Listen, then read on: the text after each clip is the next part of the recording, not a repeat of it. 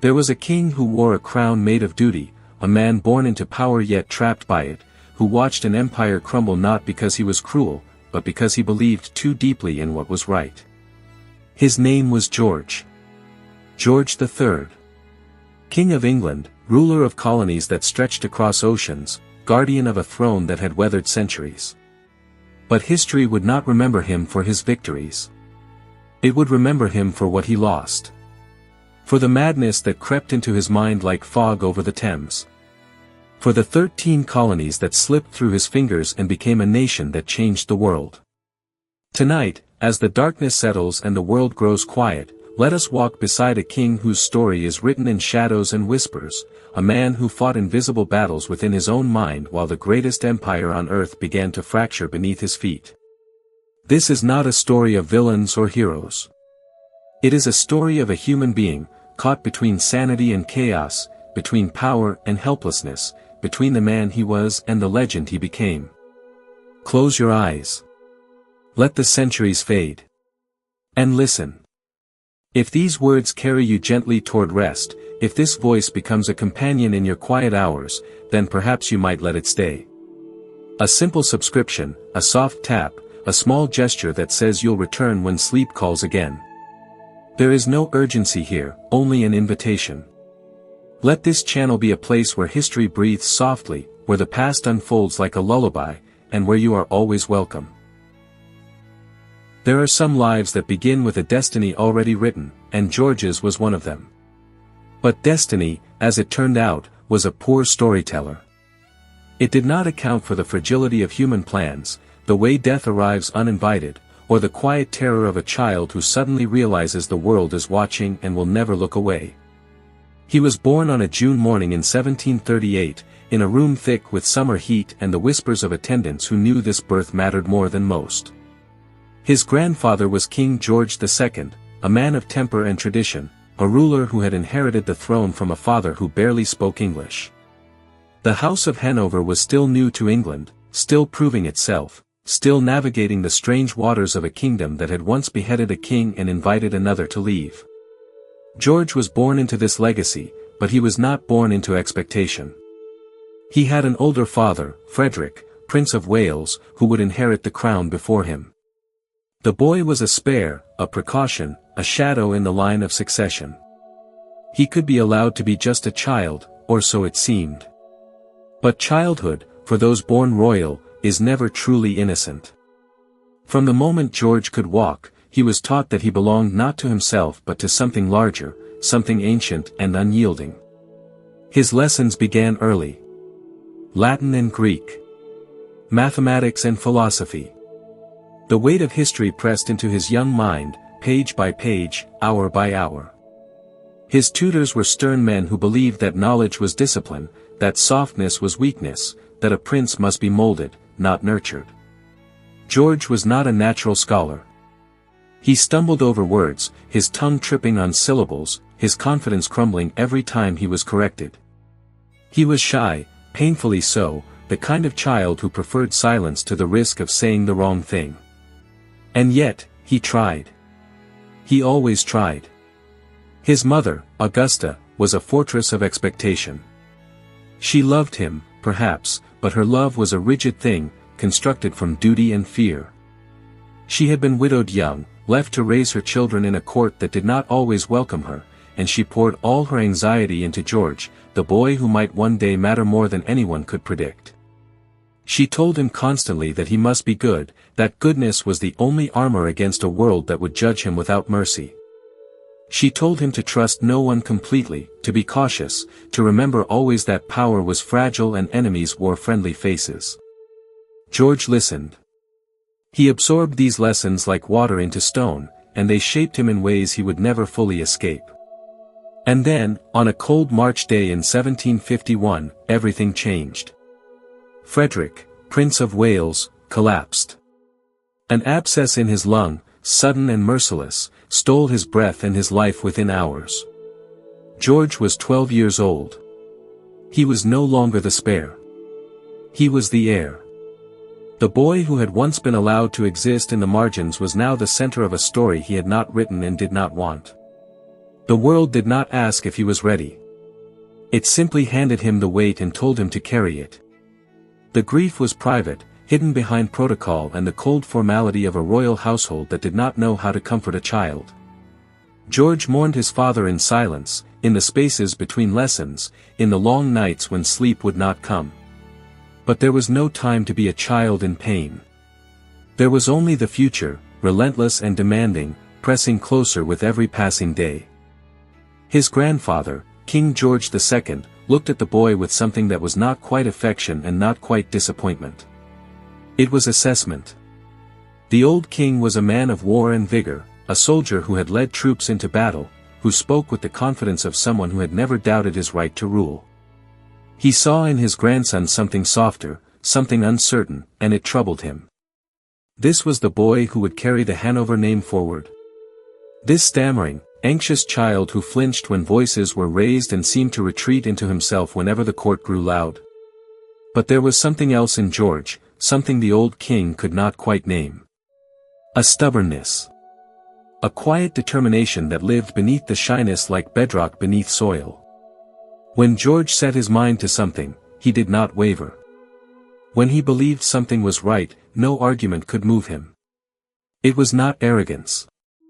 It was something deeper, something almost religious in its intensity. George believed in duty the way other men believed in God. It was his compass, his foundation, the thing that held him together when everything else felt like it was falling apart. The years that followed were a careful construction.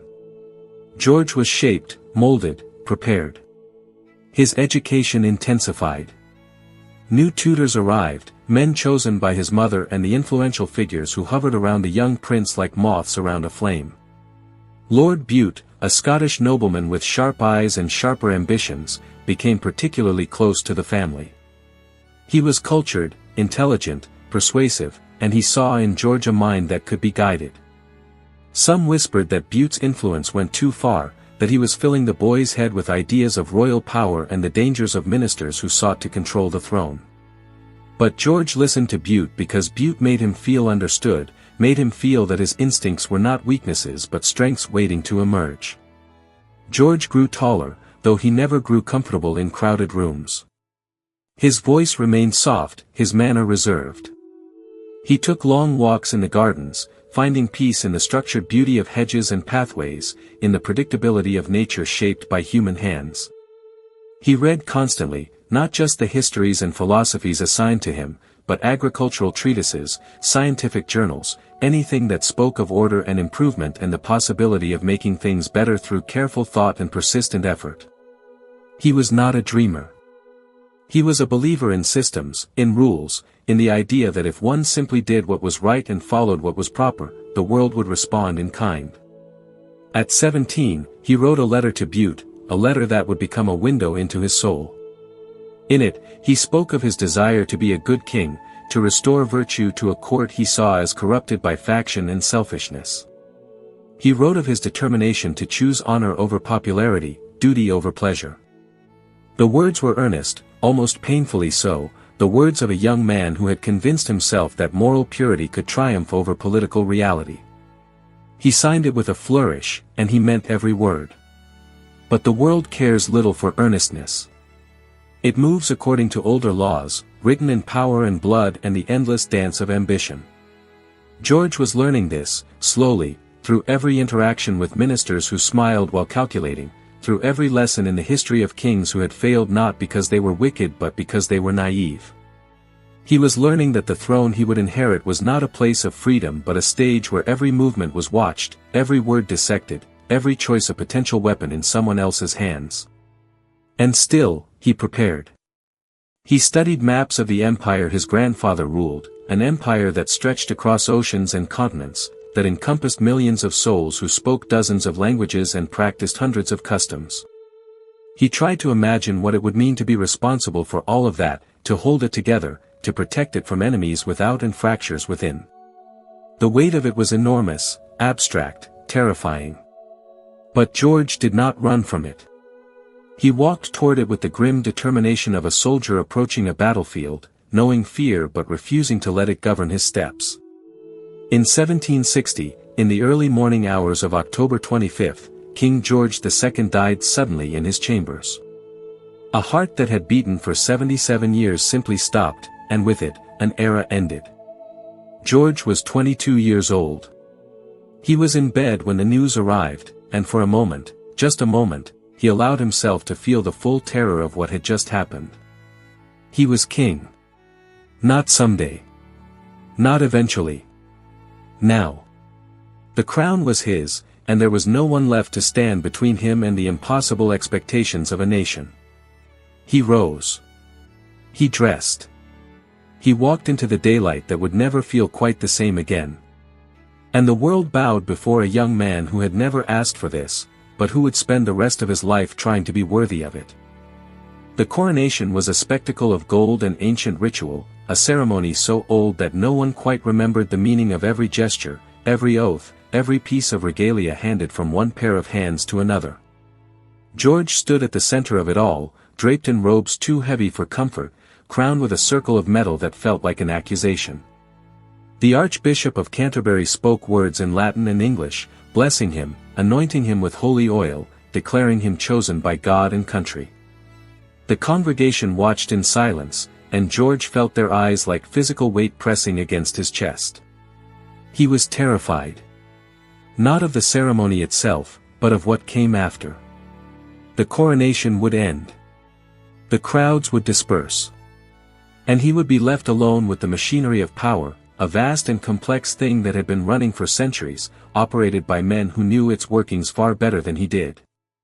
Prime ministers and parliament, generals and admirals, bishops and nobles, all waiting to see what kind of king this shy young man would become.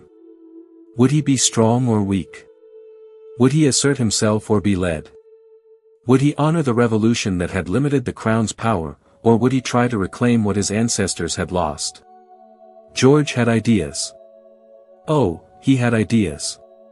He believed that the monarchy had been weakened not by constitutional limits but by corruption, by kings who had allowed themselves to become puppets of wealthy ministers and powerful families. He believed that a king could be strong and good at the same time, that virtue and authority were not opposites but allies. He believed that if he simply refused to be corrupted, if he chose his ministers based on merit rather than faction, if he governed according to principle rather than expedience, he could restore dignity to the crown and stability to the kingdom. It was a beautiful vision. It was also impossibly naive. The men who ran England were not waiting for a moral revolution. They were waiting to see how this new king could be managed. The great Whig families who had dominated politics for decades had no intention of surrendering power to a young man with idealistic notions about royal prerogative. They smiled at George, bowed low, spoke with elaborate courtesy, and behind closed doors, they plotted and calculated and prepared to defend their positions against any king foolish enough to challenge them. George's first major decision was who to appoint as his prime minister. The Duke of Newcastle had held the position under his grandfather, a man of connections and compromises, a politician who understood that power was maintained through patronage and careful balancing of interests. Newcastle assumed he would continue. But George had other ideas. He wanted someone who shared his vision, someone who understood that government should be about more than just keeping the powerful happy. He turned to Lord Bute, the man who had guided him, taught him, convinced him that a king could be more than a symbol. The appointment shocked the political establishment. Bute was an outsider, a Scotsman in a government dominated by English aristocrats, a favorite who had no base of support beyond the king's affection. The whispers began immediately. Too much influence. Too close to the king. A dangerous precedent. But George did not care about whispers. He cared about doing what was right, and Bute, he believed, would help him do exactly that. For a brief moment, it seemed possible. George threw himself into his duties with the intensity of a man trying to prove something to himself and the world. He attended council meetings, read endless documents, asked questions that his ministers found either refreshingly engaged or annoyingly naive, depending on their perspective. He was determined to understand everything, to master the details, to be a king who ruled rather than reigned. But the world is not shaped by determination alone. England was at war, the 7 Years' War that had spread across continents and oceans, pitting Britain and Prussia against France and her allies in a conflict over territory, trade, and the balance of power in Europe. George inherited a war he had not started, fought for reasons that felt increasingly unclear as the costs mounted and the victories accumulated. Britain was winning, gloriously, expanding her empire into Canada and India, but George looked at the bills and the debt and wondered what exactly they were winning and whether the price would ever stop climbing. He wanted peace. Not because he was weak, but because peace seemed rational, seemed responsible, seemed like what a good king should pursue. The war was expensive, and debt was dangerous, and surely, he thought, surely there was a way to end this with honor and move forward into an era of prosperity and stability. But the generals wanted glory. The merchants wanted markets. Parliament wanted victory parades and territorial gains that could be celebrated and taxed. No one wanted to be the king who gave up when England was winning. So George learned to compromise, to bend where he had hoped to stand firm, to accept that ruling meant disappointing people, including himself. Bute helped negotiate a peace treaty in 1763, the Treaty of Paris, which ended the war and gave Britain vast new territories. It should have been a triumph. Instead, it was criticized from every direction. Too generous to France, some said. Not generous enough, said others. A betrayal of Prussia, a waste of opportunities, a peace built on weakness rather than strength. George had tried to do the right thing, and he was learning that the right thing was whatever your enemies said it wasn't. And then there was the matter of his personal life, which was never truly personal when you were king. He needed a wife. Not for love, though love would be pleasant if it happened. He needed a wife because he needed heirs, because the succession had to be secured, because a king without sons was a kingdom waiting for chaos. The search was methodical, almost clinical. A list of eligible Protestant princesses, evaluated for bloodline and temperament and political advantage.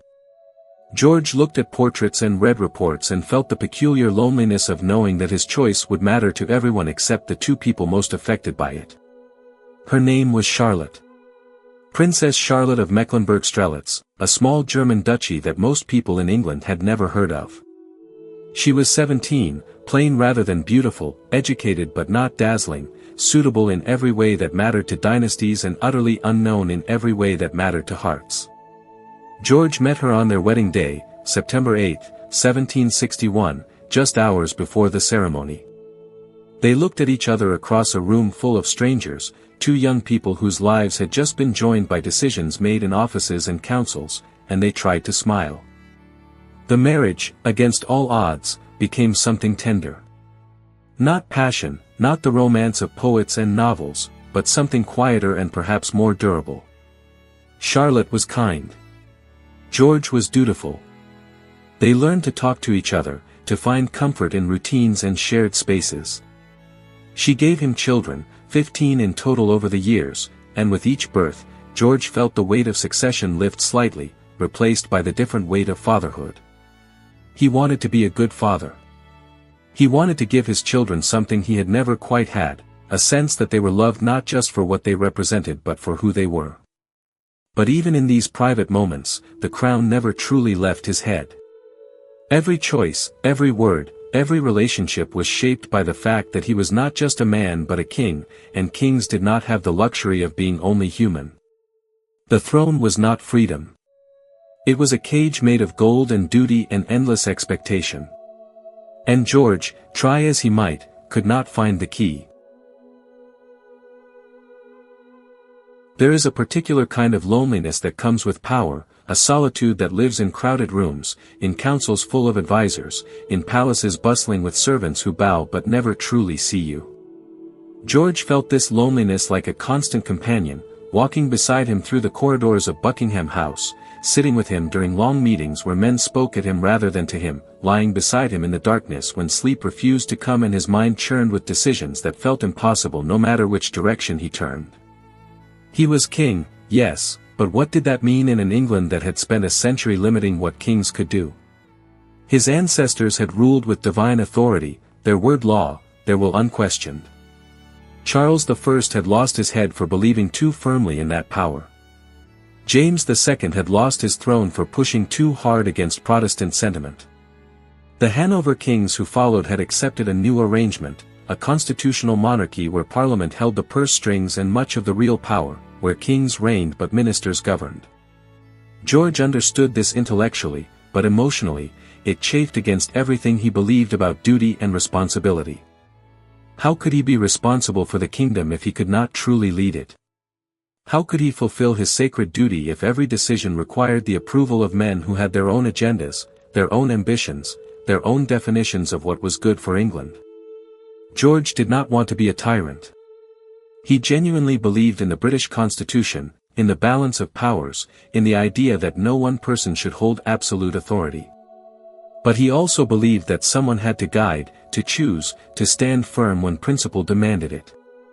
And he believed that someone should be him. The early years of his reign were a constant negotiation between these beliefs and the reality of 18th-century politics.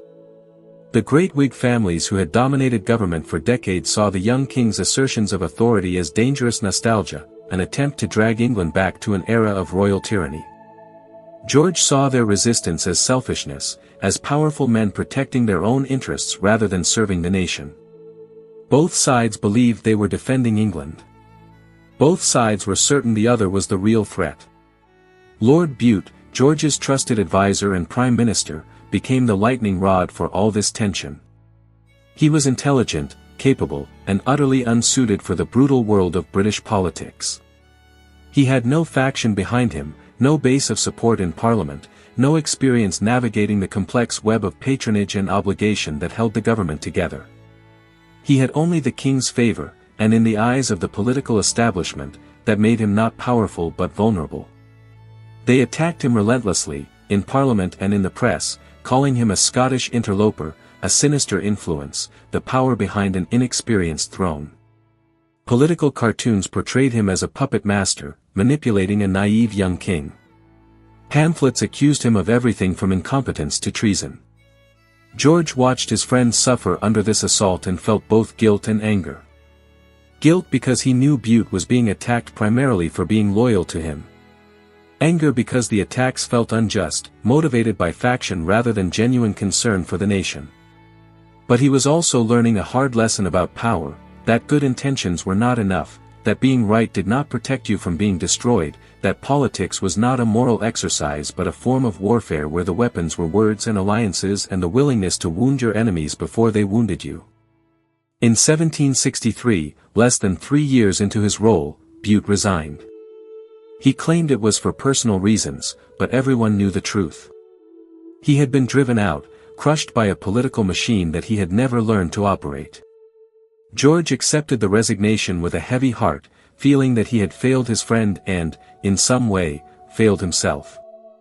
If he could not protect the people he trusted, if he could not govern with the men he chose, then what kind of king was he really? The ministry that followed was a patchwork of compromises. George Grenville became Prime Minister, a man of rigid principles and even more rigid personality, someone who believed in efficient administration and strict enforcement of laws, including laws that would soon create problems no one had fully anticipated. George worked with Grenville not because he particularly liked him, but because this was how constitutional monarchy worked. You accepted the ministers Parliament would support, and you tried to guide policy from within the constraints of your limited authority. But within those constraints, George found ways to assert himself. He met with ministers regularly, sometimes daily. He read every document placed before him, sometimes annotating them with questions and objections.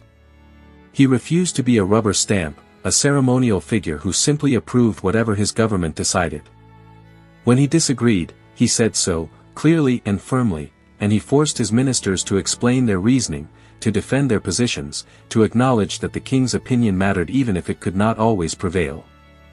The palace became his kingdom within a kingdom, the one place where he could create order according to his own vision. George was a man who found comfort in routine, in predictability, in knowing that each day would unfold according to a plan. He rose early, always early, often before dawn, and began his day with prayer and reading. He believed deeply in God, not as a distant theological concept but as a presence, a source of guidance and strength. When the world felt chaotic and his duties overwhelming, prayer was the anchor that kept him steady. He worked at his desk for hours, methodically going through correspondence and state papers, his handwriting precise and careful, each letter formed with the same attention he gave to every task. He was not naturally brilliant, not quick-witted or intellectually dazzling, but he was thorough. What he lacked in genius he made up for in persistence, in the stubborn refusal to let anything pass without understanding it fully. His ministers sometimes found this frustrating, this king who asked too many questions and wanted explanations for things that seemed obvious to men who had spent their lives in politics. But George did not care if he frustrated them. He cared about doing his duty properly. His household reflected his character. It was formal but not extravagant, proper but not cold. George had no taste for the debauchery that had marked earlier royal courts, the mistresses and gambling and drunken revelries that his grandfather had tolerated and sometimes participated in.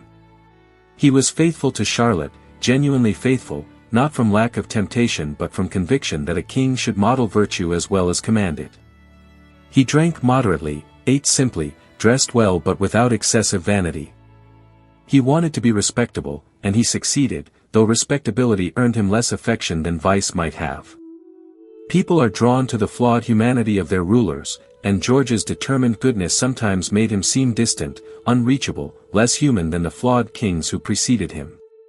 But with Charlotte, in the private rooms where the weight of the crown could be briefly set aside, he was softer. They spoke German together, the language of her childhood and his ancestry, and in those conversations there was an intimacy that protocol did not allow elsewhere. She was not a brilliant woman, not a political mind or a great beauty, but she was steady, and steadiness was what George needed. She managed the household, raised the children, played music in the evenings while George listened with genuine pleasure.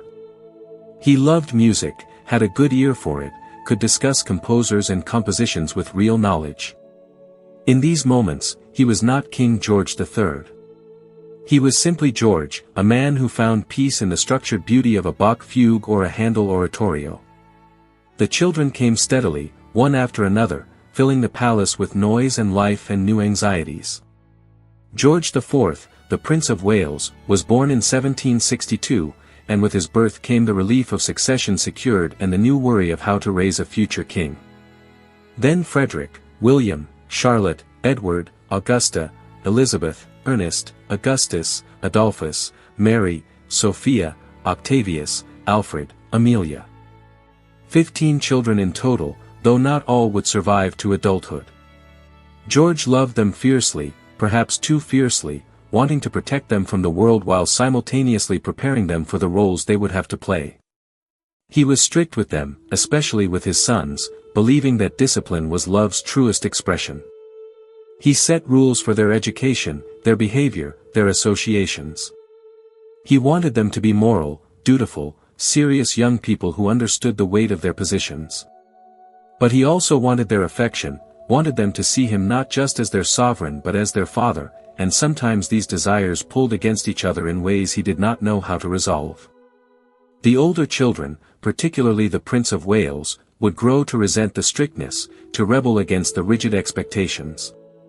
But that was still in the future, and for now, George could hold his babies and believe that love and discipline together would be enough to shape them into people he could be proud of. Beyond the palace walls, England was changing in ways both visible and hidden. The empire was expanding, fed by military victories and commercial ambition. The maps in George's study showed territories marked in British red spreading across North America, the Caribbean, India. It was magnificent on paper, this empire, a testament to English power and perseverance. But George, studying those maps by candlelight, sometimes wondered about the cost. Not just the financial cost, though that was staggering, but the moral cost. What did it mean to rule over millions of people who had not chosen to be ruled? What obligations came with power that vast? These were not fashionable questions in an age of empire, but George asked them anyway, in the privacy of his own mind if not always aloud. He believed in the empire, believed it brought civilization and order and opportunity to places that lacked them. He believed this sincerely, as most people of his time and class did. But he also felt the weight of responsibility that came with such beliefs. If Britain claimed to bring civilization, then Britain had to be civilized. If the empire was justified by moral superiority, then those who governed it had to be moral. It was this logic that made George so insistent on his own virtue, so rigid in his expectations. He was not just a king. He was the symbol of an empire that claimed to be better than others, and symbols could not afford to be flawed. But symbols are not human, and George was painfully, persistently human. He worried constantly, about everything, his mind turning over problems like a mill grinding grain. He worried about money, about the massive debt left from the war. He worried about faction and division within his government. He worried about his children's futures and his wife's health and whether he was making the right decisions or simply making decisions and hoping they were right. The worry lived in his chest like a stone, heavy and cold, and there were days when he felt it might crush him entirely. Sleep did not come easily to a mind like his. Night after night, George lay in the darkness, listening to Charlotte's soft breathing beside him, while his thoughts raced through the corridors of worry and duty. He would replay conversations from the day, analyzing every word spoken to him and every word he had spoken in return, searching for mistakes, for better responses he might have given, for hidden meanings he might have missed. He would think about the letters waiting on his desk, the decisions that needed to be made, the conflicts brewing in Parliament, the ministers who smiled but did not mean it, the empire stretching across oceans that he was somehow supposed to hold together through sheer force of will and the fiction that a crown granted wisdom. Sometimes, in those sleepless hours, he would rise and walk through the palace, past guards who snapped to attention at his approach, through halls lit by scattered candles, finding his way to rooms where he could be alone with his thoughts. He would stand at windows and look out over London, at the thousands of lives unfolding in the darkness, people sleeping or working or loving or dying, all of them his responsibility in some abstract way that felt both enormous and meaningless. What could one man do for so many? What difference could his worrying make? But worrying was what he did. It was his nature, perhaps his curse, this inability to simply act without analyzing, to decide without doubting. Other kings had been bolder, more decisive, more willing to trust their instincts and damn the consequences. George envied them sometimes, those confident men of history who had shaped the world through sheer force of personality. But he was not built that way.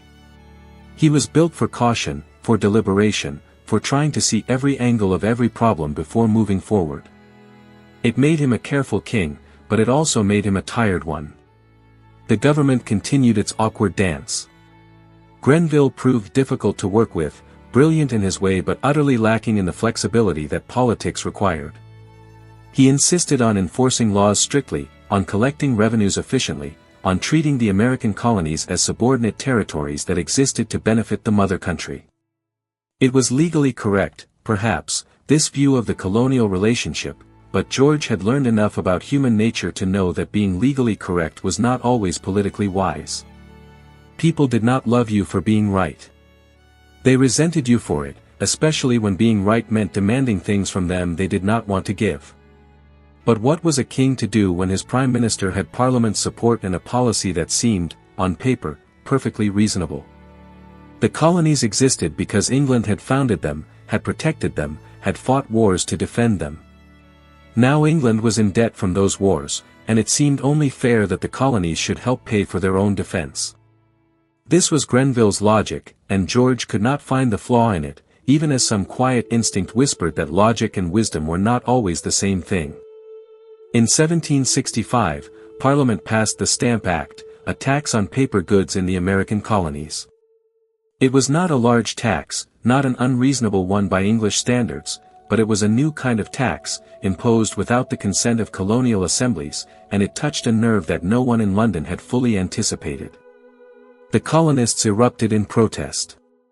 Not just objections but riots, burnings of tax collectors in effigy, organized resistance that called itself defense of English liberty.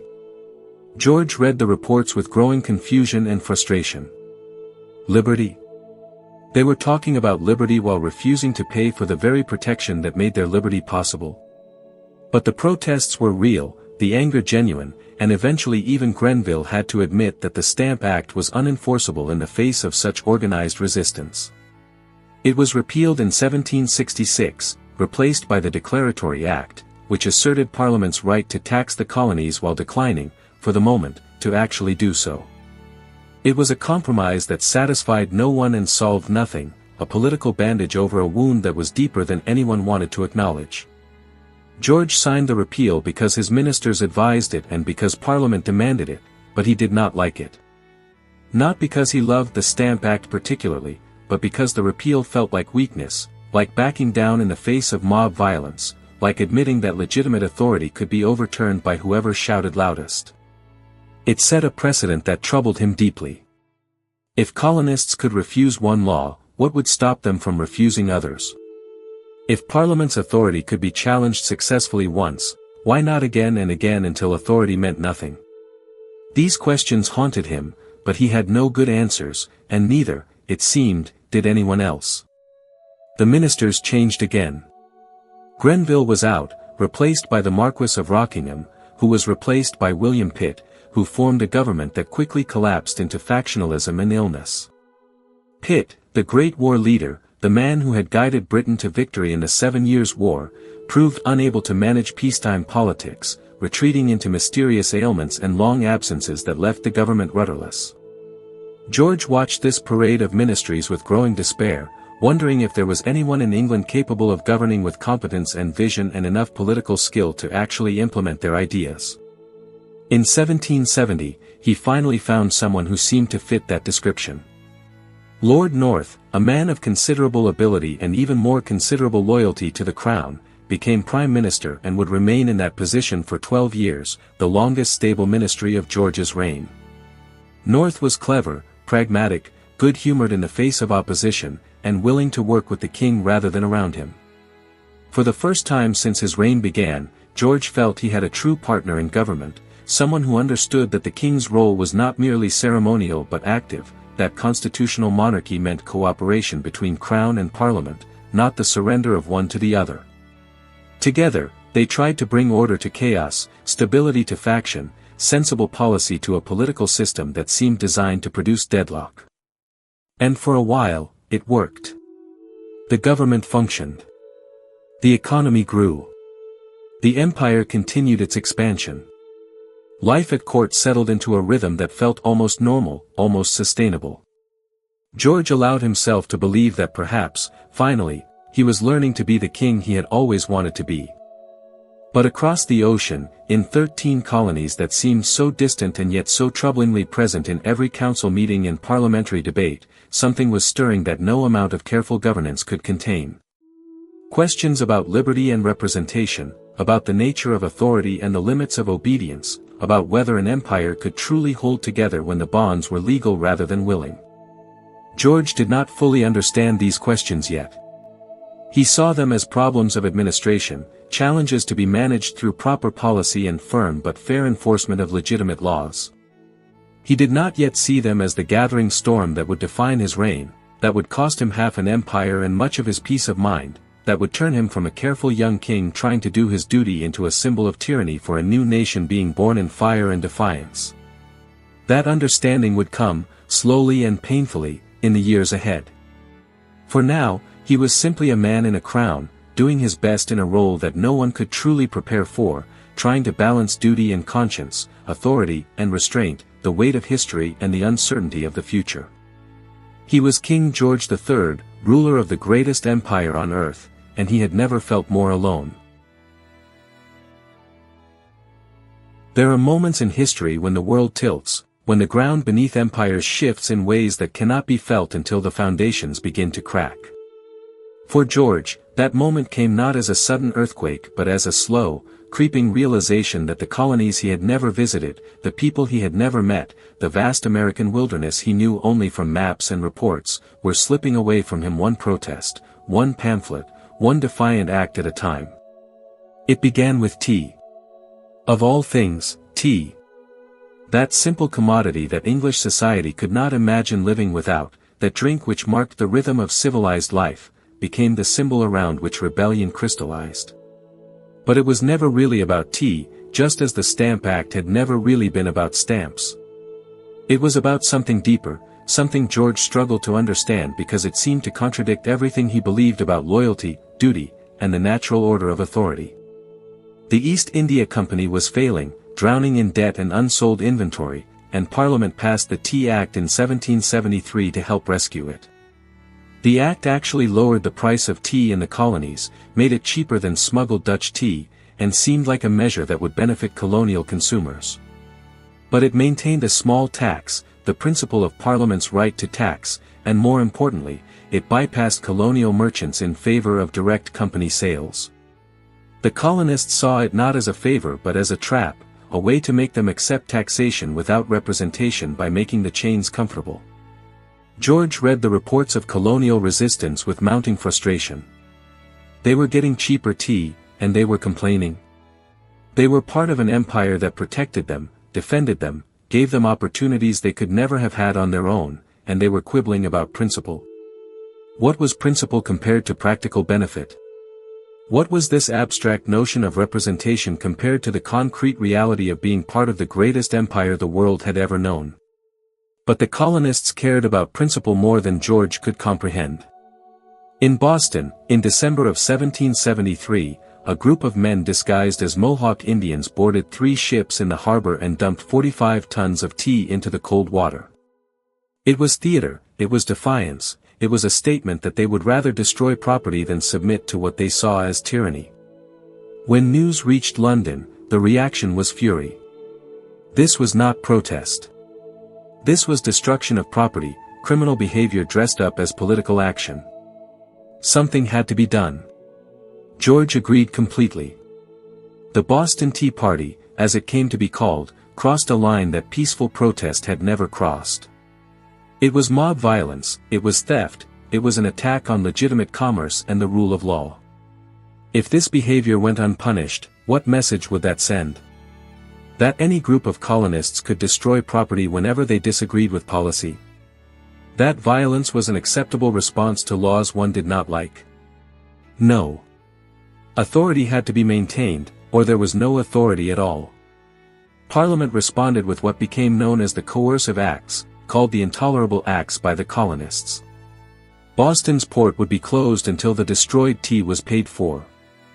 Massachusetts's charter would be altered to reduce self-governance and increase royal control. Royal officials accused of crimes would be tried in England rather than face colonial juries. Troops would be quartered in private buildings if necessary. These measures were meant to isolate Massachusetts, to make an example of the most rebellious colony, to show that there were consequences for destroying property and defying legitimate authority. George supported these measures without reservation. They seemed not just appropriate but necessary, the minimum response to criminal behavior. He believed, genuinely believed, that most colonists were loyal, that the rebels were a minority who had intimidated the reasonable majority into silence, and that firm action would embolden the loyal to speak up and restore order. It was a reasonable assumption based on the reports he received, the assurances from royal governors, the seemingly logical notion that people would ultimately choose stability over chaos. He was wrong. Catastrophically, tragically wrong. But he would not learn this for years, and by then it would be far too late to change course. The response from America was not submission but solidarity. Instead of isolating Massachusetts, the Coercive Acts united the colonies in a way nothing else had managed to do. Suddenly, Boston's cause became everyone's cause. If Parliament could punish one colony so severely for resisting what they saw as unjust laws, what would stop Parliament from doing the same to any of them? The threat became universal, and with it, the resistance. In September 1774, delegates from 12 of the 13 colonies gathered in Philadelphia for what they called the Continental Congress.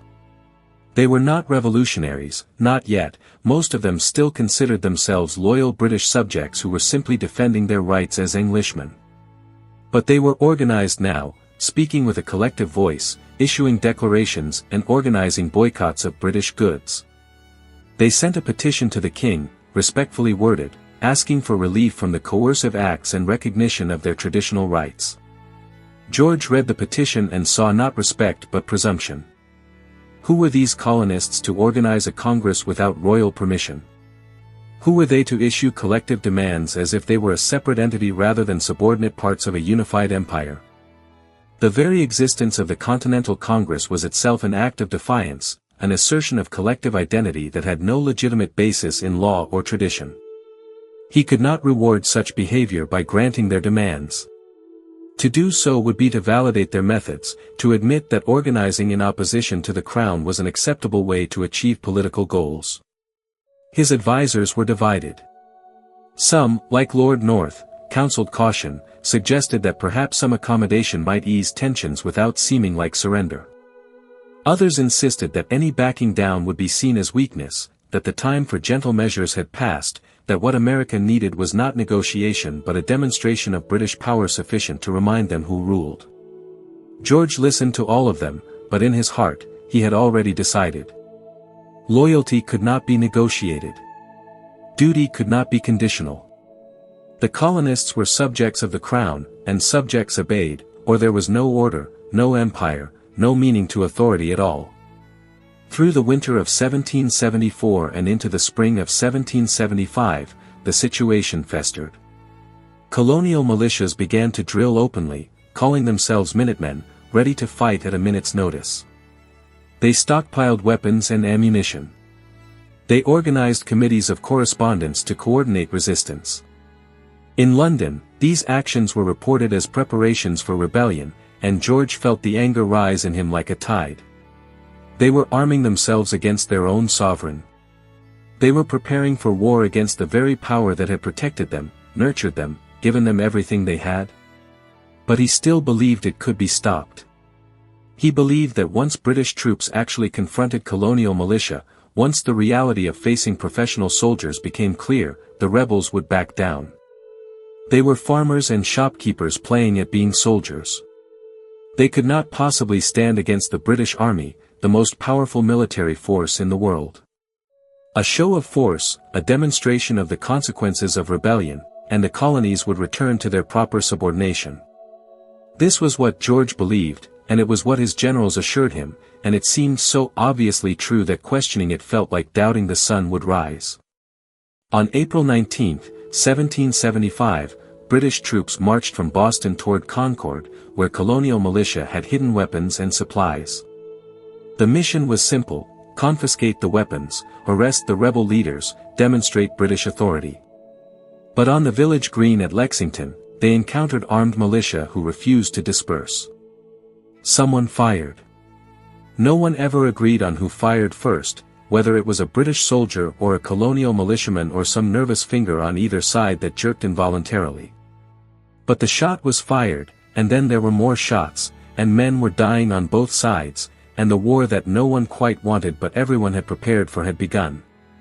The British troops continued to Concord, destroyed what supplies they found, and began their march back to Boston. But the countryside had risen.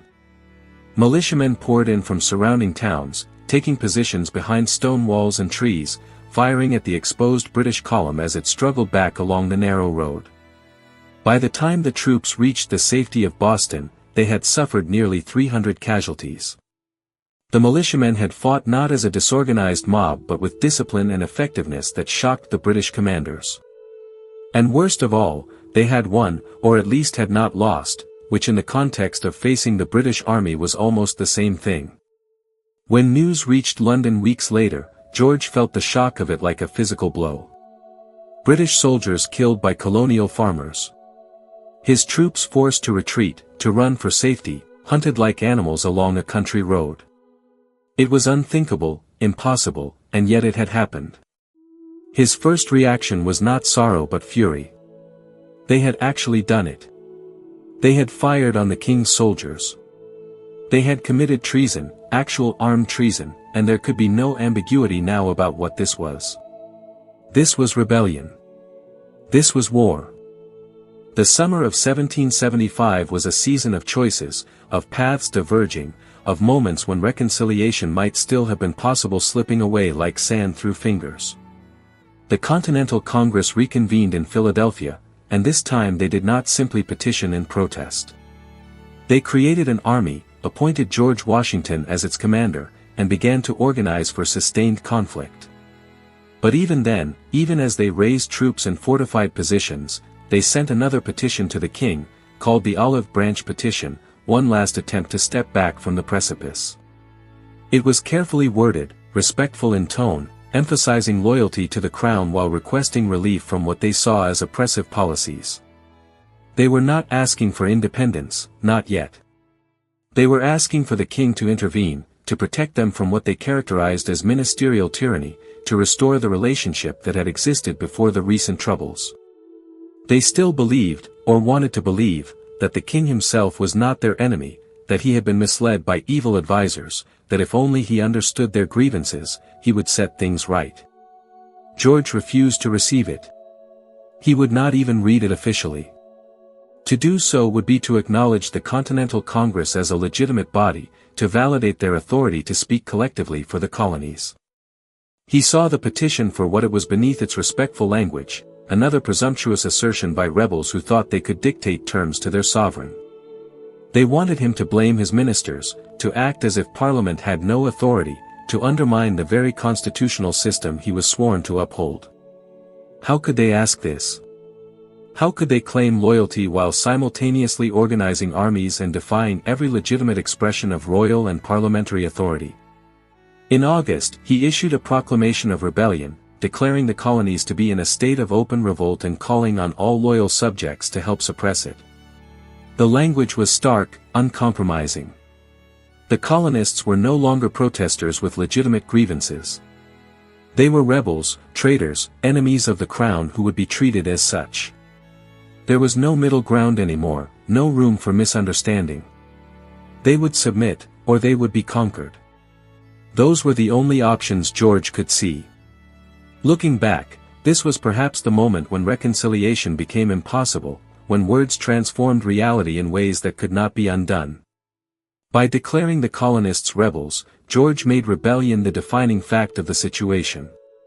Men who might have been negotiated with, who might have accepted some compromise that preserved their dignity and British sovereignty, were now forced to choose between submission and revolution. And many, faced with that choice, chose revolution not because they had wanted it but because the alternative felt like humiliation and surrender. But George did not see it this way. He saw clarity where others saw rigidity. He saw principle where others saw stubbornness. To him, the situation was simple: the colonists were subjects who had a duty to obey, and he was their king who had a duty to maintain order and authority. Any compromise that weakened that fundamental relationship was not compromise but capitulation, and capitulation led only to chaos. If British subjects could rebel successfully in America, what would stop them from rebelling in Ireland, in Scotland, in England itself? The empire would fragment, authority would dissolve, and everything would descend into the kind of anarchy that had plagued Europe for centuries. He could not let that happen. He would not let that happen. Even if it meant war, even if it meant bloodshed, even if it meant becoming the villain in someone else's story of liberty. Duty was duty, and his duty was to preserve the empire and the crown's authority within it.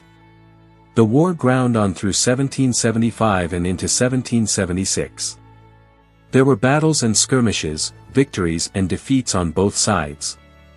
The British took losses that shocked London, not because they were militarily decisive but because they proved the colonists could fight, that this would not be the quick suppression everyone had predicted. The siege of Boston dragged on, tying up British forces that could not break out and could not be easily reinforced. In June 1775, at Bunker Hill, British troops took the objective but at such horrific cost in casualties that the victory felt hollow. The rebels were learning to fight, and British blood was teaching them. George poured resources into the war effort with the determination of a man who believed that enough force, properly applied, could solve any problem. More troops were sent, thousands of them, the largest military expedition Britain had ever mounted. German mercenaries, Hessians, were hired to supplement British forces because England did not have enough soldiers of its own. Ships blockaded colonial ports. Plans were made for campaigns that would split the colonies, isolate them from each other, crush them piecemeal. On paper, it all looked feasible, even inevitable. British military superiority was overwhelming.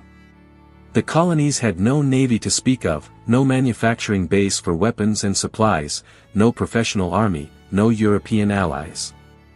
They could not win. They could only delay their inevitable defeat. But wars are not fought on paper, and George was learning, slowly and painfully, that military superiority was not the same as military victory. The colonies were vast, the distances enormous, the terrain unfamiliar. Every British victory required holding territory, and there were not enough troops to hold everything. The rebels could lose battles and retreat, scatter and regroup, fade into the countryside and emerge somewhere else. It was frustrating, maddening, like trying to grasp water with your fists. And then, in July 1776, came the declaration that changed everything. The Continental Congress, meeting in Philadelphia, formally declared independence, renouncing all allegiance to the crown, asserting that the colonies were now free and independent states with no connection to Britain beyond shared history. George read the Declaration of Independence with a kind of cold fury that was almost beyond emotion. The language was inflammatory, listing grievances against him personally, calling him a tyrant, blaming him for every policy and action that the colonists found objectionable. It was monstrous, this document, this distortion of reality. He had not been a tyrant. He had been a king doing his duty, enforcing legitimate laws, maintaining necessary authority. Every action they condemned had been justified, legal, proper. And now they were using this tissue of lies and exaggerations to justify treason, to rally support for rebellion, to claim the moral high ground while tearing apart an empire. But more than the anger, more than the sense of personal injustice, what George felt was a kind of grief. Not for what was lost, because he still believed it could be recovered, but for what this represented. The colonists had crossed a line from which there was no return. They had declared themselves a separate nation, and in doing so, they had made this not just a rebellion to be suppressed but a war for survival. Either the British Empire would reconquer its rebellious colonies and restore them to proper subordination, or those colonies would successfully break away and create something new, something that had no place in the ordered world George understood. There could be no compromise now, no negotiated settlement. Independence was not negotiable. The empire could not survive if territories could simply declare themselves free whenever they disagreed with policy. The war would continue until one side surrendered or was destroyed. And George, sitting in his palace thousands of miles from the fighting, signing orders and reading reports and trying to sleep through nights that offered no rest, had already decided which side would prevail. He would spend the next 7 years learning that determination, no matter how absolute, could not always overcome the stubborn reality of a people who had decided they would rather die free than live as subjects. But that lesson would come slowly, painfully, in increments of defeat and frustration that accumulated until the weight of them became impossible to deny. For now, he was still certain. Still righteous. Still convinced that he was fighting for order against chaos, for legitimate authority against lawless rebellion, for everything that made civilization possible. History would judge him harshly for this certainty, but George did not know that yet. He knew only duty, only the need to preserve what he believed sacred, only the endless weight of a crown that grew heavier with every passing day. There are illnesses that announce themselves with clarity, that arrive with symptoms anyone can name and doctors can diagnose. And then there are illnesses that creep in like fog, that blur the edges of reality so gradually that no one notices until the world has already become strange and distorted and impossible to navigate. What happened to George was the second kind, and it began not with the war, though the war made everything worse, but with something inside him that had perhaps always been there, waiting. The first signs were easy to dismiss. A restlessness that made him pace the palace corridors late at night when sleep would not come. A racing of thoughts that turned his mind into a storm of words and ideas tumbling over each other too quickly to capture. A talkativeness that surprised the courtiers who had known him as reserved, suddenly finding the king unable to stop speaking, jumping from topic to topic with an energy that seemed exhausting even to witness.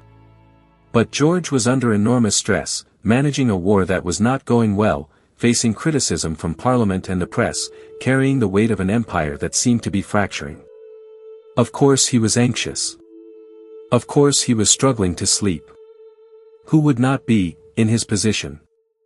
The war was indeed going badly, despite all the resources poured into it, despite the professional troops and the superior navy and the absolute certainty that Britain must prevail. In October 1777, a British army under General Burgoyne surrendered at Saratoga in New York, surrounded and outnumbered by colonial forces that fought with unexpected discipline and determination. 5,000 British soldiers became prisoners of war, and the defeat sent shockwaves through London and across Europe. This was not a skirmish or a minor setback. This was a catastrophic loss that proved the colonists could not just resist but could actually win significant victories against the British army.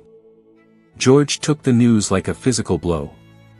He had been so certain, so absolutely convinced that British military superiority would eventually overcome colonial resistance. And now that certainty was crumbling, replaced by the terrible possibility that the war might actually be lost, that the empire might actually break apart, that everything he had fought to preserve might slip away despite all his efforts and all his conviction that he was right. Worse still, the victory at Saratoga changed everything strategically. France, which had been watching the conflict with interest but had remained officially neutral, now saw an opportunity. In February 1778, France formally allied with the American rebels, providing military support, naval power, and the legitimacy of European recognition. Suddenly this was not just a colonial rebellion to be suppressed but an international war against a major European power. Spain would join later, then the Dutch, until Britain found itself fighting not just rebellious colonists but much of Europe, its empire threatened on multiple fronts, its resources stretched impossibly thin. George felt the weight of this catastrophe pressing down on him like the sky itself had become solid and was crushing him into the earth. He had not wanted any of this. He had only wanted order, loyalty, the proper functioning of constitutional authority. How had it all gone so terribly wrong? How had a dispute over taxation and representation escalated into a global conflict that threatened the very existence of the British Empire? And what did it mean if he, as king, had been unable to prevent this? What did it say about his judgment, his wisdom, his fitness to rule? These questions tormented him through the late 1770s and early 1780s as the war continued its grinding, bloody progress. There were victories and defeats, campaigns that achieved nothing despite enormous cost, a mounting death toll that seemed to serve no purpose except to prove that both sides could endure suffering. George poured everything into the war effort, pushing Parliament for more funds, more troops, more resources, believing that if he could just persist long enough, if he could just refuse to give up, eventually the tide would turn and victory would come. But persistence became obsession, and obsession began to blur into something else. The sleeplessness grew worse. George would go days with barely any rest, his mind racing too fast to quiet, his thoughts tangling into knots he could not unravel. He talked constantly, exhaustingly, buttonholing ministers and courtiers and rambling at them for hours about the war, about policy, about anything and everything that crossed his mind. His speech became rapid, pressured, difficult to interrupt. He would jump from subject to subject, making connections that seemed logical to him but bewildered everyone else. Charlotte noticed, of course. How could she not, sharing his bed, his life, his increasingly chaotic private hours? She saw him pacing at night, muttering to himself, unable to sit still. She heard the way his voice changed, becoming louder, more insistent, losing the measured calm that had always characterized his speech. She watched him grow thinner, eating little, burning through energy he did not have in a kind of frantic restlessness that seemed to consume him from within. She was frightened, but she did not know what to do. How does one tell a king that something is wrong with his mind? How does one suggest to a sovereign that he needs help when he insists, adamantly, that he has never felt better, never been more clear-headed, never more certain of what needs to be done? In the summer of 1780, something broke. It began with physical symptoms that could not be ignored or dismissed as mere stress. George developed severe abdominal pain, cramping that doubled him over and left him gasping. His urine turned dark, an alarming reddish color that the physicians could not explain. He sweated profusely, his body temperature fluctuating wildly. The pain was constant, grinding, robbing him of what little sleep he had been managing. And with the physical agony came a worsening of the mental symptoms, the racing thoughts accelerating into something that felt less like thinking and more like drowning in a torrent of words and images and ideas that would not stop. The doctors were summoned, the best physicians in England, men of learning and reputation who examined the king and conferred in whispered Latin and prescribed treatments based on the medical understanding of the time. Which is to say, they had no idea what was wrong with him. They saw symptoms but not patterns, individual problems but not the underlying illness.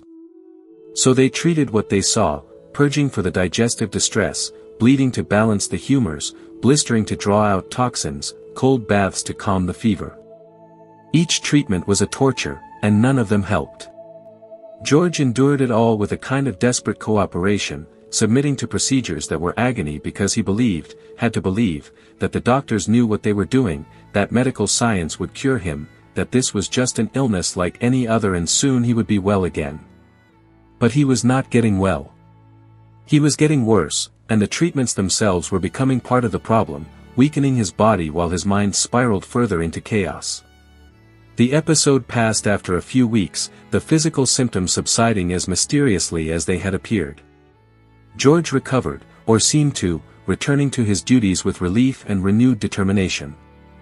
It had been an illness, a frightening one, but it was over now. He was fine. He was well. He pushed the memory of those terrible weeks aside and focused on what mattered, the war, the empire, his duty as king. But Charlotte remembered. The doctors remembered. And in the back rooms of the palace, in the private conversations of ministers and courtiers, questions began to circulate that no one dared speak aloud in the king's presence. What had happened to him? Would it happen again? And if it did, what would that mean for the kingdom? The war continued its slow, agonizing trajectory toward British defeat. In October 1781, another catastrophic loss, General Cornwallis, trapped at Yorktown by American and French forces, surrendered his entire army. It was Saratoga all over again, but worse, because this time there was no denying what it meant. The war was lost. Not officially, not yet, but practically, strategically, irrevocably lost. Britain could continue fighting, could pour more money and more lives into a conflict that had already consumed too much of both, but victory was no longer possible. The best that could be hoped for was a negotiated peace that would minimize the damage and preserve what remained of British interests. George refused to accept it. He could not accept it.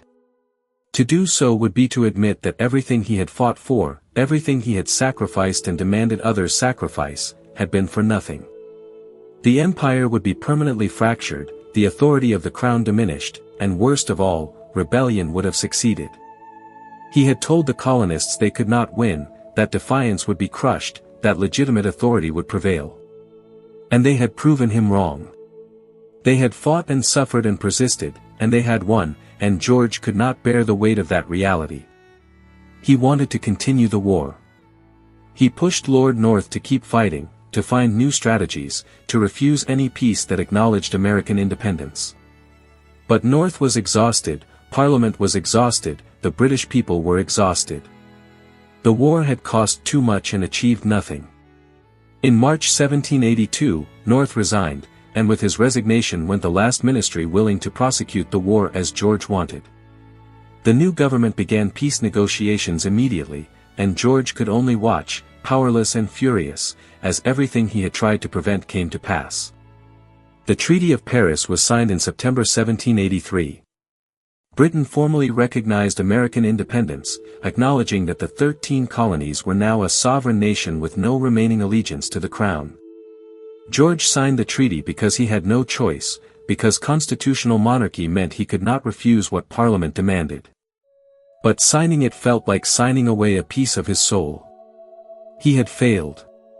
As king, as sovereign, as the guardian of empire and authority, he had failed completely and publicly, and the failure would be recorded in history for all time. The darkness came for him again in the summer of 1788, and this time it came with a vengeance that made the previous episode seem like a rehearsal. It began the same way: abdominal pain, discolored urine, fever, sweating. But the mental symptoms were far worse, far more disturbing, far more obviously something beyond stress or exhaustion.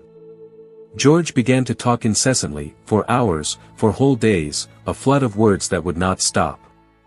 He spoke to people who were not there, saw things that did not exist, made connections between ideas that had no rational relationship.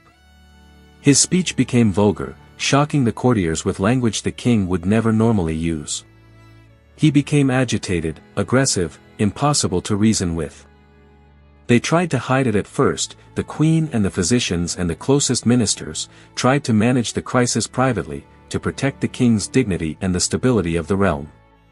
But you cannot hide a mad king for long, not when he wanders the palace at all hours, accosting servants and courtiers with rambling speeches, when he cannot attend meetings or sign documents, when the basic functioning of government begins to seize up because the king is too ill to fulfill even his ceremonial duties. The physicians came again, more of them this time, specialists and experts who examined George and conferred and argued about diagnosis and treatment. They still did not understand what was happening to him. They saw agitation and treated it with restraint, literally, binding the king to his bed with leather straps when he became too violent or too difficult to control. They saw fever and ordered more bleeding, more purging, more blistering. They saw mental disturbance and prescribed isolation, keeping him away from his family, from Charlotte who wanted desperately to comfort him but was told her presence agitated him further. George was aware, at least some of the time, of what was happening to him. There were moments of clarity when the fog lifted and he understood that he was ill, that his mind was not working properly, that he was being restrained and medicated and kept from his family. These moments were perhaps the cruelest part of the illness, because they allowed him to feel the full horror of his situation before the fog descended again and swept him back into confusion. He begged the doctors to help him, to make it stop, to give him back his mind. He apologized to Charlotte for frightening her, for being a burden, for failing as a husband and king. He wept, great racking sobs that shook his body, mourning the loss of himself, the person he had been, the dignity and composure he had worked so hard to maintain. And then the clarity would fade, and he would be back in the chaos, talking to people who were not there, making plans that made no sense, insisting that he was perfectly well and demanding to be released from the restraints that held him prisoner in his own palace. The treatments were medieval in their cruelty, though the doctors who administered them believed they were helping, believed they were using the best medical knowledge available. They strapped him into a restraining chair, a device that held him immobile for hours while they administered treatments. They put a gag in his mouth when his talking became too exhausting, too disturbing. They blistered his skin with hot plasters, leaving painful wounds that were meant to draw out the illness but only added physical agony to mental torment. They dosed him with medicines that made him vomit and purge, weakening his body in the belief that this would somehow restore balance to his humors and clarity to his mind. George endured all of this with whatever fragments of dignity he could still muster, and it broke Charlotte's heart to watch. She had lived with this man for nearly 30 years, had borne him 15 children, had learned to love him in her quiet way. And now she was forced to watch him suffer, forced to stay away when every instinct told her to go to him, forced to trust doctors who clearly did not understand what they were dealing with and whose treatment seemed designed more to control than to cure.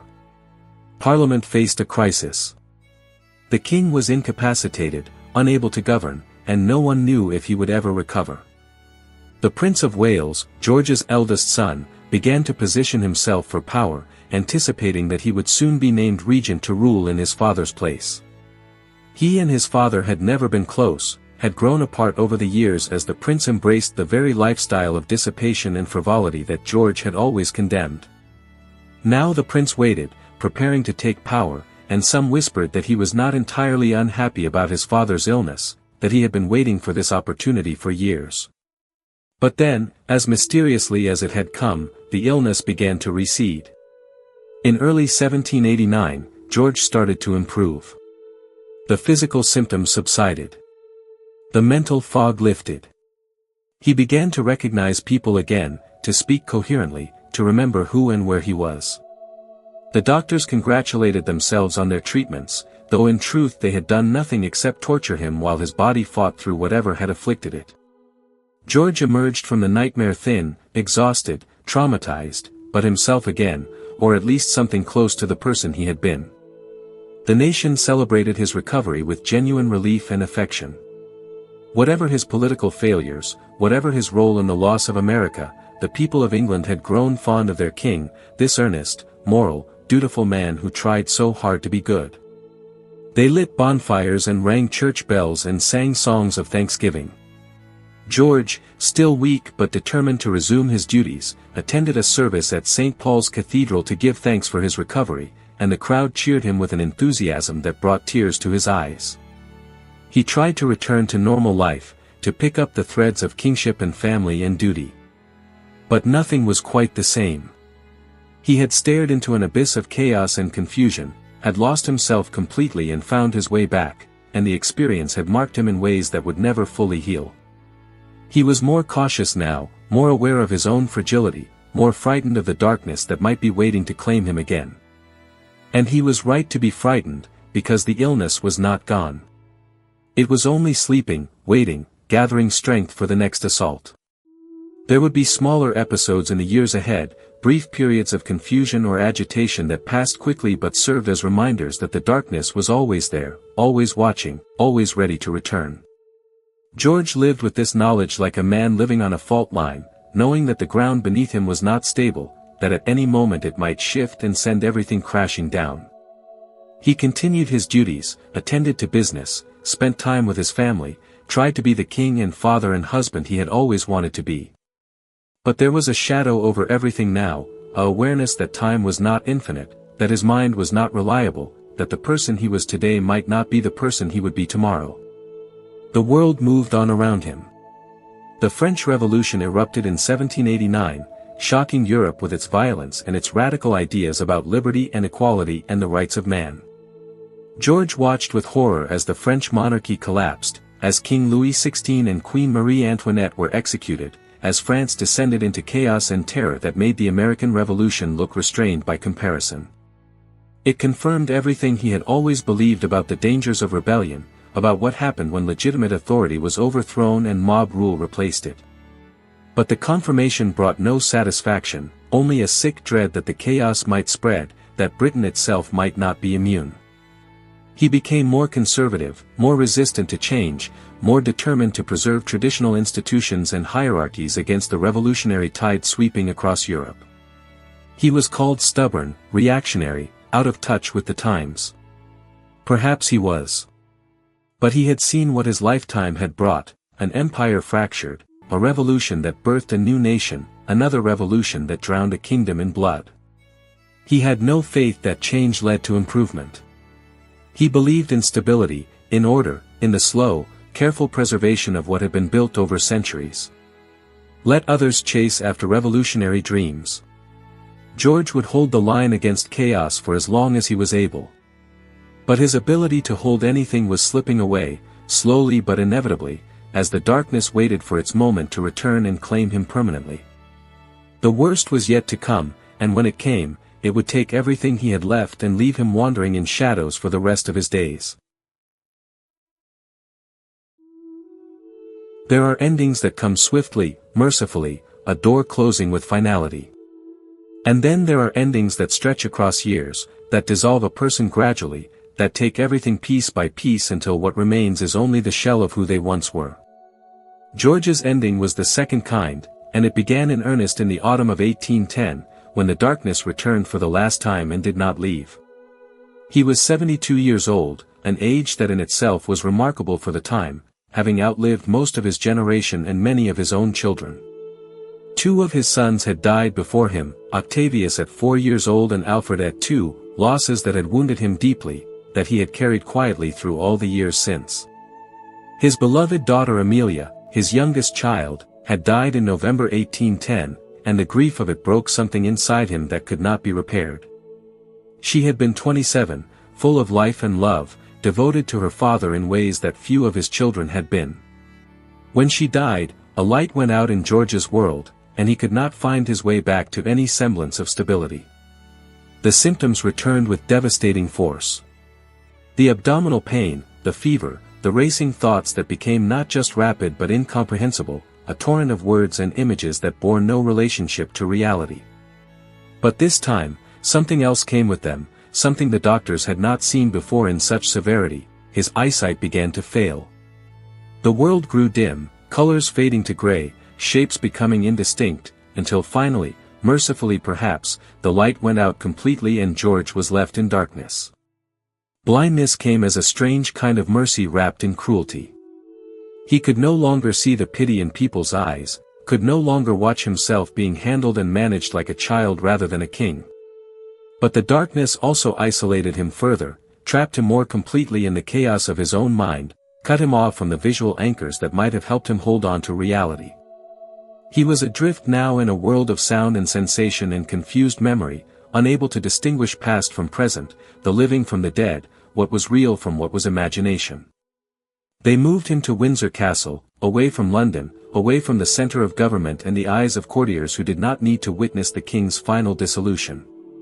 Charlotte went with him at first, still devoted after 50 years of marriage, still trying to care for him even as his mind slipped further and further away from her.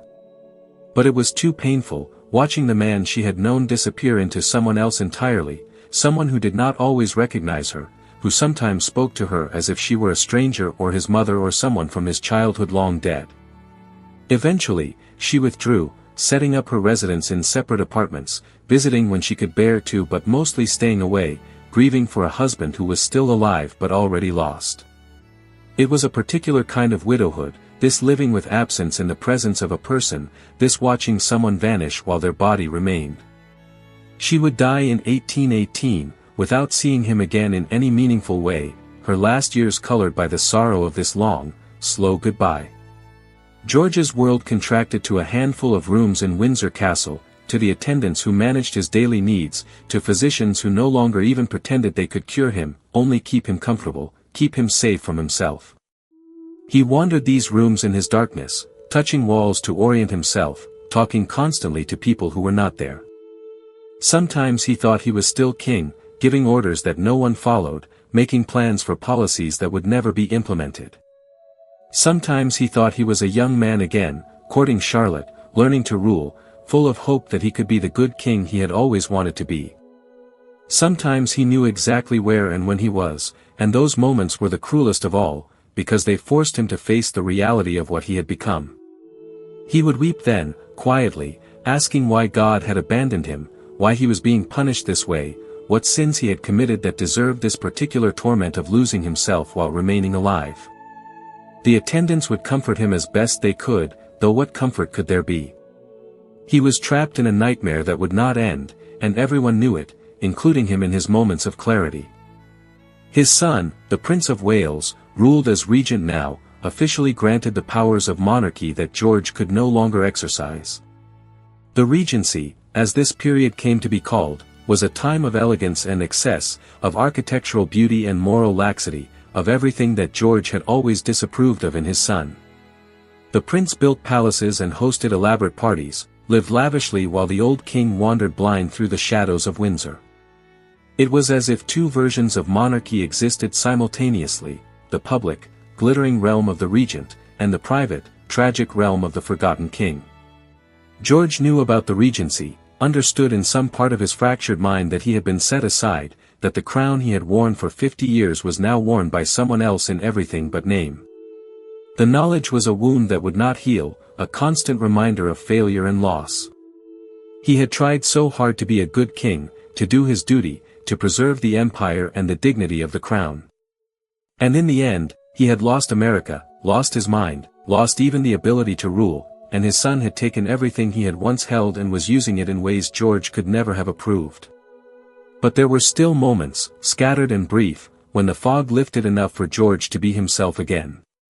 He would sit at a harpsichord, his fingers finding the keys by memory rather than sight, and play music from his youth, melodies that carried him back to times when the world made sense and his mind was his own. He loved Handel particularly, the soaring certainty of those compositions, the mathematical perfection underlying the emotional expression. Music was a language that transcended the chaos in his mind, that spoke directly to something deeper than thought, and in those moments of playing, he was free. His attendants sometimes heard him singing old hymns and folk songs, his voice cracked with age but still carrying the tune, still finding joy in the simple act of making music. They were moved by this, by the glimpse of the man he had been, the person who still existed somewhere beneath the layers of illness and confusion. He was not just a mad king, not just a tragic figure to be pitied. He was still George, still human, still capable of beauty even in his darkness. The attendants who cared for him in these final years developed a genuine affection for him, despite the difficulties, despite the occasional violence when his agitation became too much, despite the endless stream of confused speech that filled the rooms like a constant river of words. They saw his essential kindness, the way he thanked them when he remembered to, the way he apologized when he became too much trouble, the way he tried, even in his broken state, to be good, to be decent, to fulfill some version of duty even if that duty was now only to endure. The world outside Windsor moved forward without him. Napoleon rose and fell, reshaping Europe through war and ambition before finally being defeated and exiled. Britain emerged from the Napoleonic Wars as the dominant world power, its empire expanding even as its king faded into irrelevance. The Industrial Revolution was transforming society, creating new forms of wealth and poverty, new social structures, new possibilities and problems that the old monarchical order was ill-equipped to manage. Everything was changing, and George, locked in his timeless darkness, knew nothing of it. Years passed. George turned 80 in 1818, an almost unimaginable age, still alive when most people assumed he would have died long ago. He had outlived his wife, outlived many of his children, outlived the world he had known as a young man. He was a relic now, a reminder of an earlier age, kept alive by a constitution that was somehow robust enough to endure despite the ravages of his illness and the treatments that had been inflicted upon him.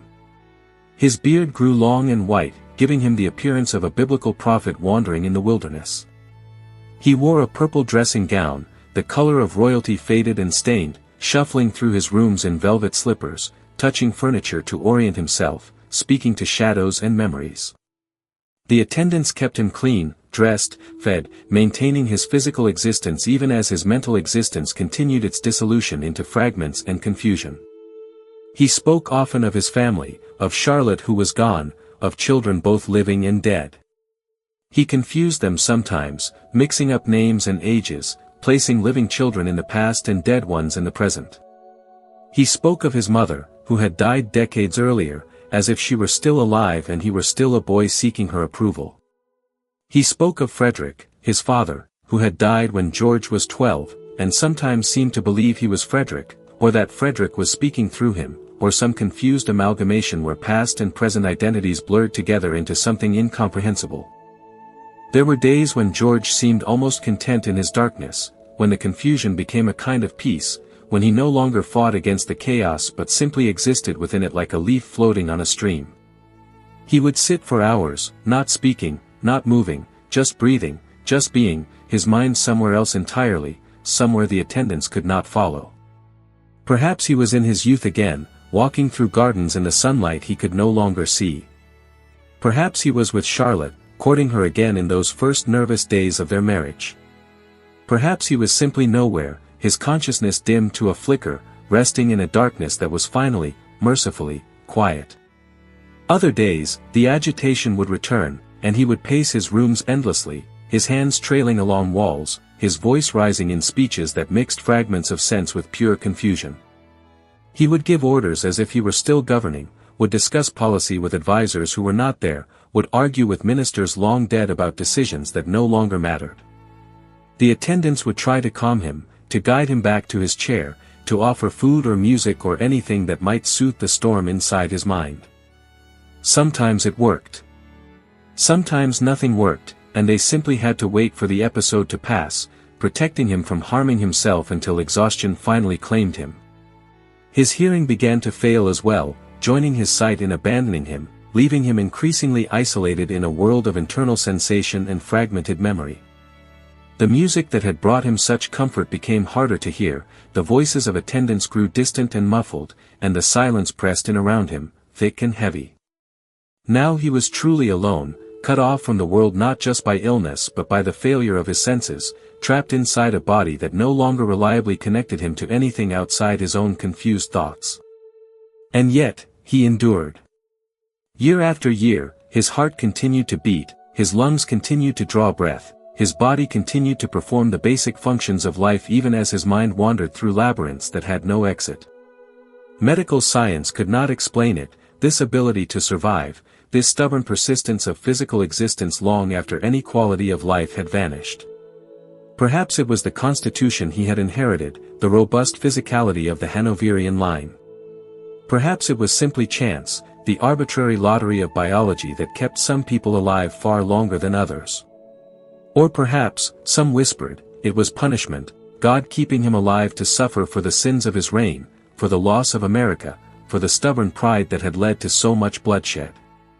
George would have rejected this last interpretation, in his moments of clarity would have argued passionately that he had only done his duty, that he had tried to be good, that whatever mistakes he made were honest ones born of conviction rather than malice. But he had fewer and fewer moments of clarity now, and in the confusion that dominated his days, such theological questions were beyond him. He simply existed, breath by breath, day by day, living a life that had ceased to be a life in any meaningful sense but refused, nonetheless, to end. The attendants grew old with him, some of them serving for years, becoming familiar with the rhythms of his madness, learning to anticipate the agitation and the calm, the lucid moments and the storms. They spoke to him gently, treating him with dignity even when he could not respond coherently, maintaining the fiction that he was still the king even though the king was gone in every way that mattered. It was an act of kindness, this pretense, a way of honoring what he had been even as they managed what he had become. On January 29, 1820, in the depths of winter, George's body finally surrendered what his mind had given up years before. He was 81 years old. He had been king for nearly 60 years, longer than any British monarch before him, though for the last decade he had been king in name only, a ghost haunting the edges of a nation that had moved on without him. The end came quietly, without drama or final words, without any of the dignity or ceremony that might have marked the passing of a monarch who was still present in his final moments. He simply stopped breathing, and the long nightmare was over. The nation mourned, but it was a complicated mourning, layered with relief and pity and the awkwardness of grieving someone who had in many ways died years before. The newspapers published obituaries that tried to summarize his reign, to make sense of a life that had encompassed so much, the loss of America, the wars with France, the expansion of empire, the madness that had defined his final years. They called him Farmer George, acknowledging his interest in agriculture and his simple lifestyle. They called him the king who lost America, reducing a complex conflict to a single failure. They called him the Mad King, as if madness were his defining characteristic, the only thing worth remembering. But those who had known him, who had seen him in his better years, remembered more. They remembered a man who had tried desperately to be good, who had believed in duty above all else, who had worked tirelessly at the impossible job of being king in an age of revolution and change. They remembered his devotion to Charlotte, his love for his children despite his failures as a father, his genuine piety and moral conviction. They remembered that he had been, beneath the crown and the illness, a human being, flawed and struggling and ultimately overwhelmed by forces both within and without that he could not control. His son, now King George IV, arranged a funeral befitting a monarch, though he himself did not attend, claiming illness but perhaps simply unable to face the complicated emotions that his father's death evoked. The body was laid to rest in St. George's Chapel at Windsor, where it remains to this day, beside Charlotte and among the generations of royalty who came before and after. The grave is simple, marked with his name and dates, offering no commentary on the life that ended there, no judgment on whether he was a good king or a failed one, whether he should be pitied or blamed or simply remembered as a man who lived in extraordinary times and did his best with what he was given. History would spend the next 2 centuries trying to make sense of George, trying to fit him into narratives of progress or decline, of tyranny or duty, of madness as metaphor or madness as simple biological fact. The Americans, naturally, remembered him as the tyrant they had fought against, the king whose stubbornness had forced them into revolution, whose name appeared in the Declaration of Independence alongside a litany of grievances. Every 4th of July, his memory was invoked as the symbol of everything the United States had rejected, the old world of monarchy and inherited power that the new world had left behind. But even in America, the story grew more complicated over time. Historians began to examine the revolution more carefully, to see it not as a simple tale of freedom versus tyranny but as a complex political conflict in which both sides believed they were defending legitimate principles. George had not been uniquely cruel or oppressive, they discovered. He had been a constitutional monarch trying to maintain parliamentary authority over colonies that wanted autonomy. The policies he supported had not been designed to enslave America but to integrate it more fully into an empire that provided protection and opportunities. He had been wrong, perhaps, wrong in his inflexibility, wrong in his inability to see that the world was changing and that colonies could not be held by force against their will. But wrong was not the same as evil, and failure was not the same as tyranny. In Britain, the reassessment took a different form.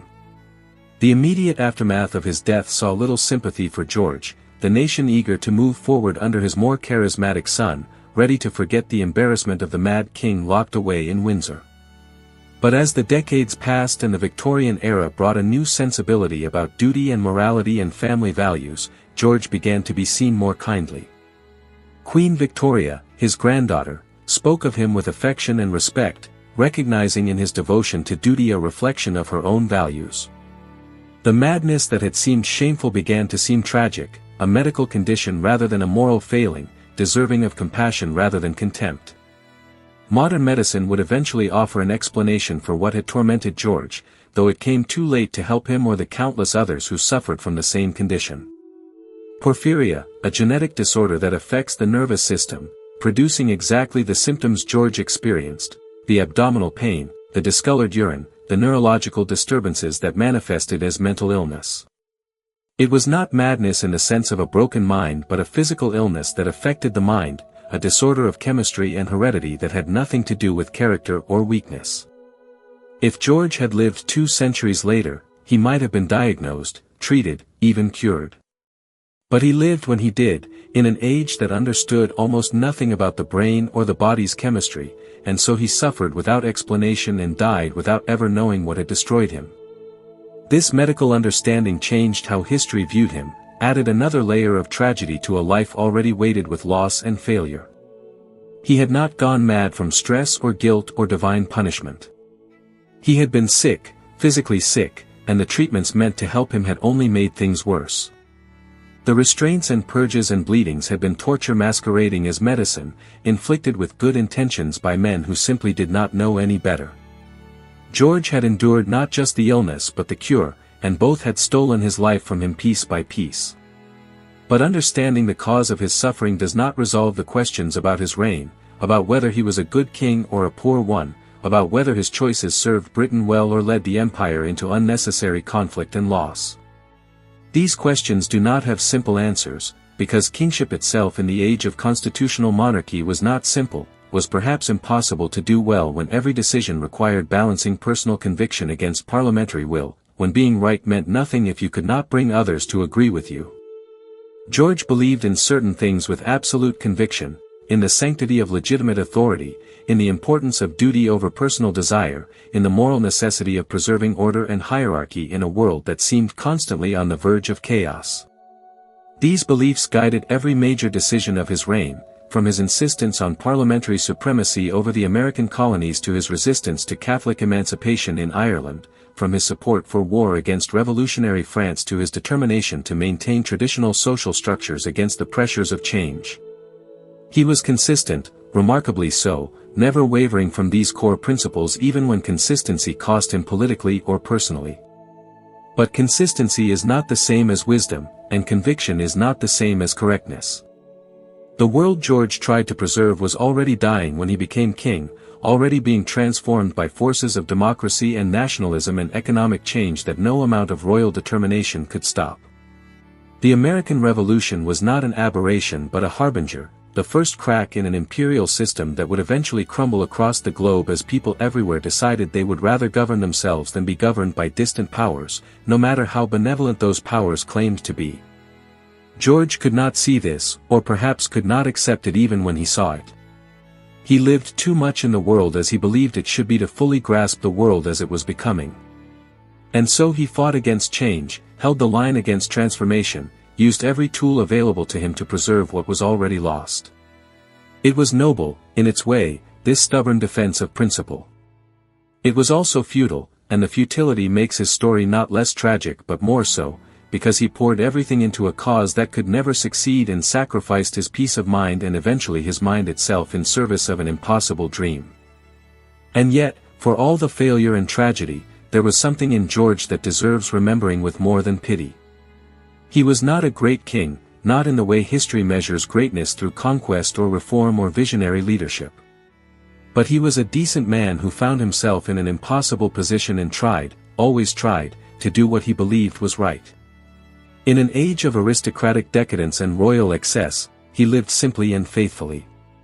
In a time when kings were expected to pursue pleasure and privilege, he pursued duty and discipline. He was not brilliant or charismatic or politically astute. But he was honest, and that honesty, however inconvenient it may have been, deserves a place in the accounting of his life. He loved his family, even when love took the form of strictness that alienated his children. He loved his country, even when his vision of what that country should be clashed with what it was becoming. He loved order and stability and the idea that life could be made better through careful attention to virtue and responsibility. These loves were not always wise. They were not always effective. But they were real, and they shaped a life that was lived with sincerity even in its failures. The children he left behind carried pieces of him forward, for better and worse. George IV would be a king of style over substance, everything his father had not wanted him to be. But others among the 15 children would show traces of George's character, the dedication to duty, the moral seriousness, the capacity for endurance. Queen Victoria, his granddaughter, would embody many of the values he had tried to instill, would create a vision of monarchy based on family and morality and tireless attention to duty that reflected, in many ways, what George had always believed kingship should be. His legacy in the empire he fought to preserve was equally complicated. Britain would continue to expand its territories through the 19th century, building an empire even larger than the one George had known, covering a quarter of the Earth's land and ruling over hundreds of millions of people. But that empire would also continue the process of fracturing that had begun with American independence, as colonies one by one demanded autonomy and eventually sovereignty. Canada, Australia, India, the nations of Africa and the Caribbean, all would eventually follow America's path, choosing independence over continued subordination. The world George had tried to freeze in time kept moving, kept changing, kept proving that empires built on force could not last forever. The madness that defined his final years became, in retrospect, almost a mercy. It removed him from a world he could no longer understand, insulated him from the knowledge of how thoroughly his vision had failed, allowed him to wander in memories of times when things had seemed clearer and his purpose more certain. In his blindness and confusion, he was spared the sight of his son's excesses, the knowledge that the crown he had tried so hard to dignify was being used for pleasure rather than duty, that the values he had championed were being mocked by the very heir who should have upheld them. And perhaps, in those final wandering years, he found a kind of peace that had eluded him in his time of clarity. Perhaps the mind that had tortured him with anxiety and doubt and endless worry finally released him, let him drift into a space where none of it mattered anymore, where he was neither king nor failure, neither father nor disappointment, but simply a consciousness existing in the present moment without the weight of past or future pressing down upon it. We cannot know what he experienced in those years of darkness. We can only hope that somewhere in the confusion, there was mercy, that the man who had tried so hard to be good found, at the end, some measure of rest.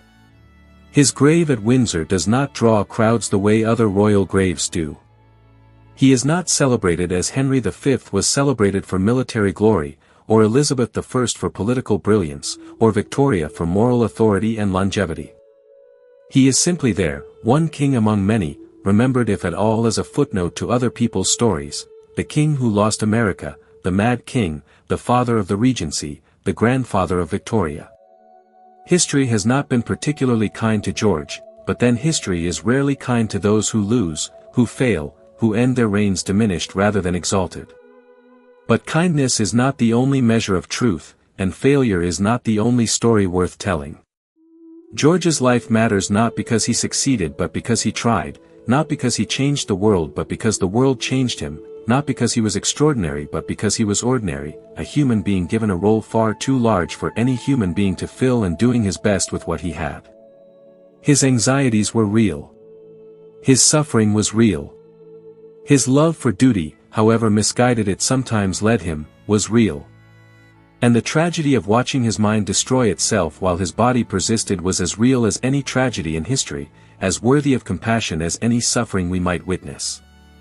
In the end, George III was neither the tyrant the Americans made him nor the hero some revisionist historians have tried to create. He was a man, just a man, born into circumstances he did not choose, given responsibilities he never asked for, trying to navigate an impossible role in an age of revolution and transformation that was beyond anyone's ability to control. He made mistakes, terrible ones, that cost lives and lost empires. He also made choices that reflected genuine moral conviction and sincere belief in doing what was right. Both of these things can be true. Both of these things are true.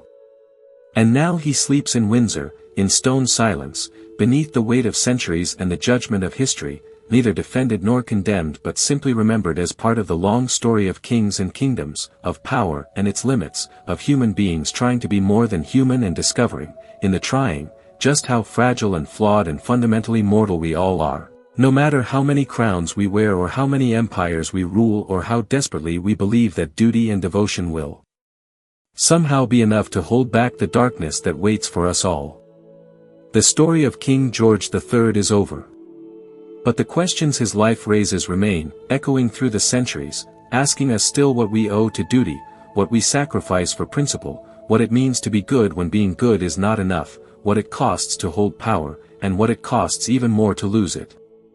These are questions without easy answers, questions that every generation must face anew, questions that make George's story not ancient history but something closer, something that still speaks to the confusion and conviction and quiet tragedy of being human in a world that demands we be more than we can possibly be. Rest now, George. Rest in the darkness that claimed you, in the silence that finally came. Your struggles are over. Your pain is finished. And whatever judgment history renders, let there also be mercy, the mercy you deserved in life and perhaps found, finally, in death. You were not what you wanted to be. But you were what you were, and that, in the end, has to be enough. The night deepens. The story ends. And somewhere in the darkness, a king who never wanted to be king finally, mercifully, rests.